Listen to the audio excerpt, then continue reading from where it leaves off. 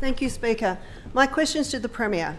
In 1994, the smash hit Love Is All Around Me was top of the ARIA charts when new Endeavour trains were introduced. Now, 30 years later, we're waiting on replacements.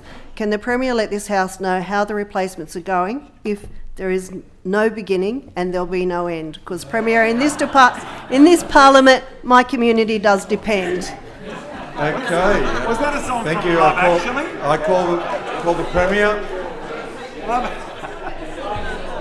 Love Actually, great Mr. Speaker, I feel the love is all around us. But can I just say, Mr. Speaker, look, it's a serious question, and it does have to do with procurement, and it does have to do with procurement from the New South Wales government. And I need to draw the House's attention to a decision made in 2016 by a fellow named Andrew Constance. Ferry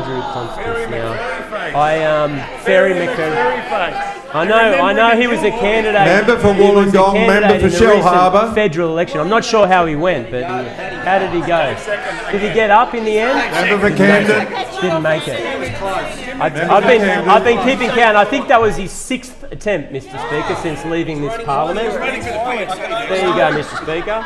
So anyway, they call him Offshore Andrew down there, and he made a decision that they couldn't build, or we couldn't build trains in New South Wales, and that a PPP, a private-public partnership, would be best with the construction taking place offshore. And Mr. Speaker, he wasn't alone. The National Party were implicated in this decision as well, and I've got a quote here from a John Barilaro. I don't know what happened to him either, Mr. Speaker. And he says, look, we don't build trains in New South Wales and we often get criticised, but the reality is it's about delivery, on time, efficiencies and costs.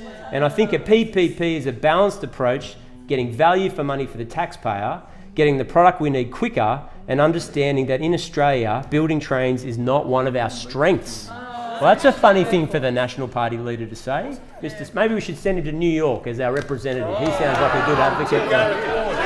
Maybe he should be off in New York helping us out over there. So in any event, Mr. Speaker, I need to reveal to the House that there was a report leaked from 2022 from Infrastructure New South Wales indicating that the project had blown out by $826 million and was 35 months late. 3 years late, Mr. Speaker. So from a decision in 2016, don't worry about it, New South Wales can't build trains, we'll get them from Spain, it'll turn up any day now. We're now waiting for 2025, and I can reveal to the House that of the 29 trains that were ordered, currently we have 4, Mr. Speaker. 4. And I guess this is a salient warning for this Parliament and future Parliaments that we can build trains in New South Wales, that domestic manufacturing does count. We've got far more leverage and control of the contract. We understand how far away they'll be on the tracks, and we've got over 100 years of history of building trains like this. So I think it's a repudiation of Offshore Andrew. I think it's a repudiation of that failed candidate for New York Consul General's job, John Barilaro. And I think it's an indicative... Yes, Premier. Member for Wallandilly. I know you can't wait to hear more, and I'll grant the Premier an additional 2 minutes.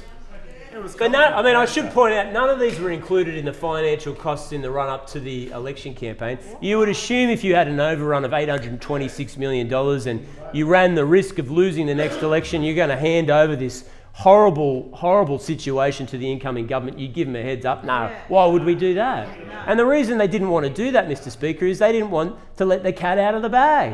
They didn't want the public to understand that their years-long project of offshoring Australian manufacturing jobs not only was not delivering products on time, but in addition to that, it was no longer on budget either.